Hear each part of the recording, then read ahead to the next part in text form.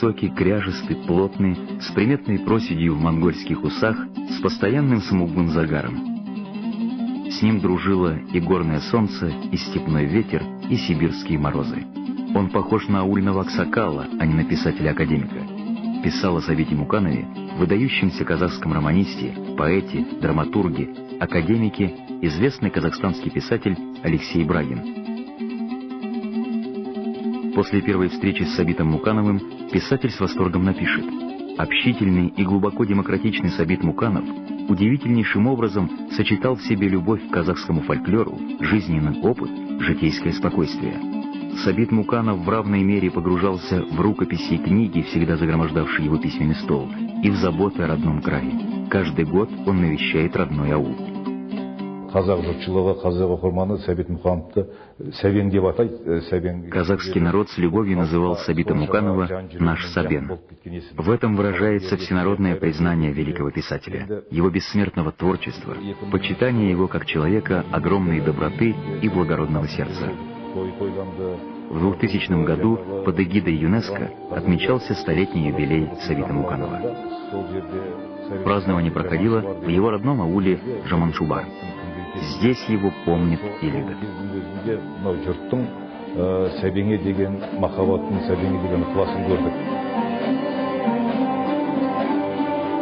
В степи между 4 больших озер родители Сабита Муканова облюбовали себе место. Вокруг были богатые сенокосы, поблизости лесок и большое озеро Дос. Зимовье называли Жаманшубар. Густой ковыль, светлые озера, высокие травы весной. Земляника, обильно растущая в Жаманшубарской степи, ароматная и вкусная. Уже став зрелым писателем, Сабит Муканов запечатлит красоту родного края в автобиографической повести «Школа жизни». Луга, усыпанные цветами, похожие на сказочный ковер.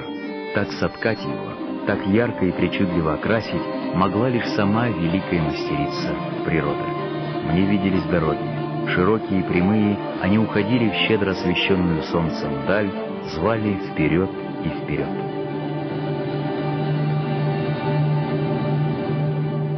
Сабит Муканов рано остался без родителей. Отец умер, когда ему было 6 лет. Год спустя не стало матери. За короткие годы детства я видел от них столько любви, ласки и заботы, что в годы горького сиротства они долго согревали меня. Так будет писать и рассказывать своим детям великий писатель. Сабит Муканов будет ежегодно привозить свою семью в аул Жаманшубар. Эту традицию и по сей день продолжают его дети, внуки, правнуки. Сегодня недалеко от озера Дос, среди равнины, небольшой холм, обнесенный оградой со скромным черным обелиском от сына Мукана. Дом семьи Мукановых всегда был самым гостеприимным и многолюдным. Центром притяжения был не только известный писатель, но и его хлебосольная супруга Марьям.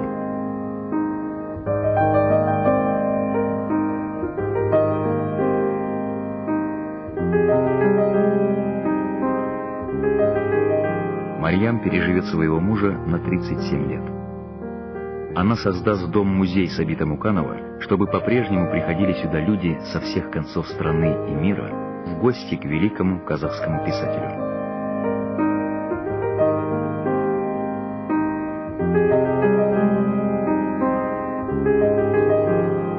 Мама с папой прожили 47 лет.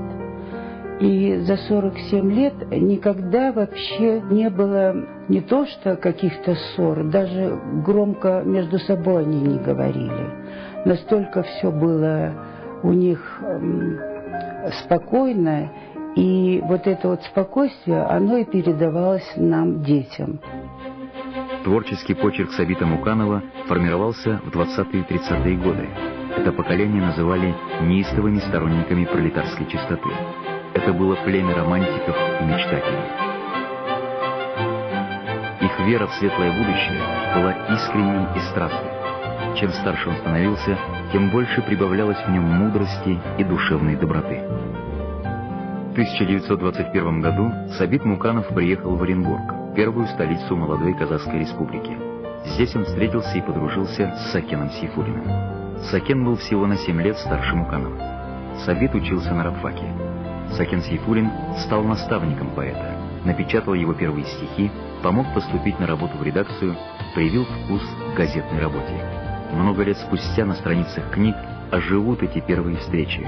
Будет написана им пьеса о Сакене Сейфуллине, опубликована статья как об основоположнике казахской советской литературы.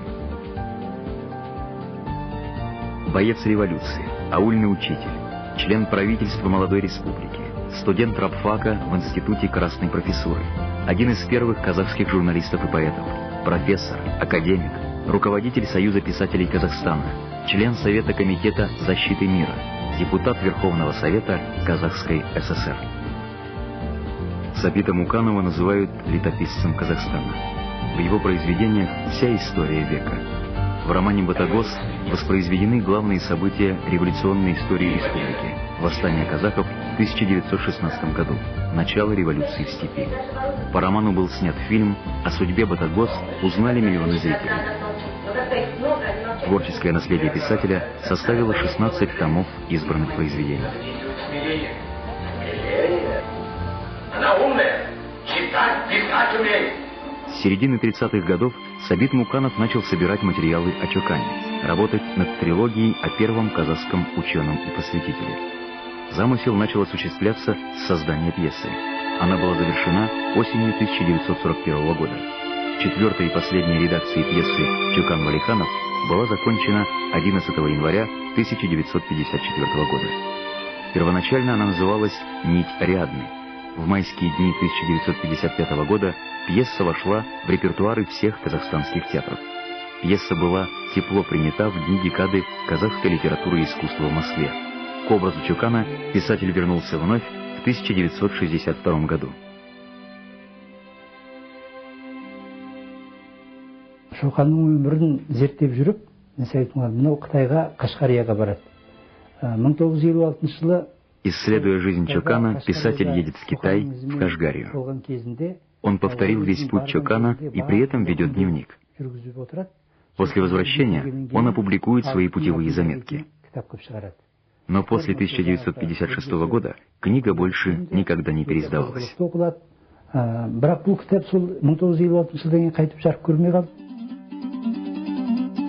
Невероятно общительный Сабит Муканов мог располагать к себе самых разных людей.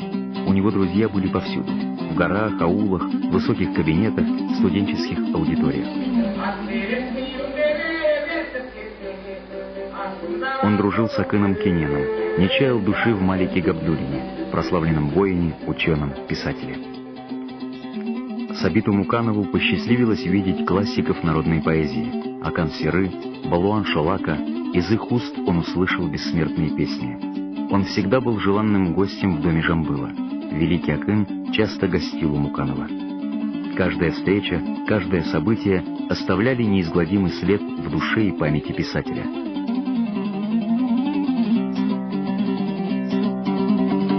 Сабит Муканов с восторгом на одном дыхании напишет повесть о рыцарских подвигах степного барда Балуана Шолака.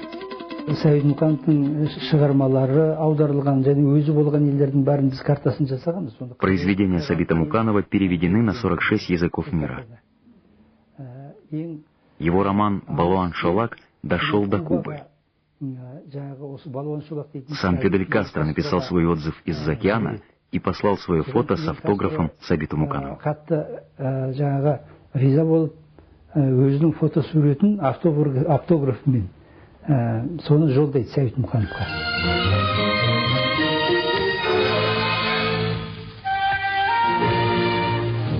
Под вечер, неподалеку от фонтана Семиречья, свищет и щелкает в майские вечера спрятавшийся в ветвях карагача соловей. Эта весна была особенно плодоносной для Сабита Муканова.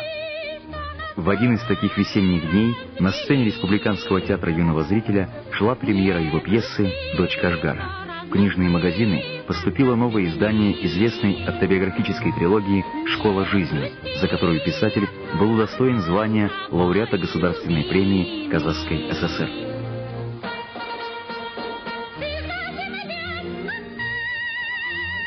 На письменном столе в работе лежит рукопись третьего тома трилогии о Чокане.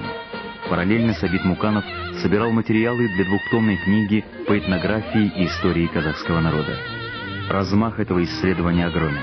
Писатель слыл тонким знатоком песен и фольклора, прошлого и настоящего своего народа, старинных преданий, выполненных буквами арабского алфавита. Сабит Муканов трудился много, писал от руки, мог часами диктовать. Его дневные нормы страниц приводили коллег в изумление. Сегодня в домашнем кабинете Сабита Муканова все, как и прежде, на своих местах. Писатель словно вышел на время в гостиную и вот-вот вернется, чтобы продолжить свой путь к читателю.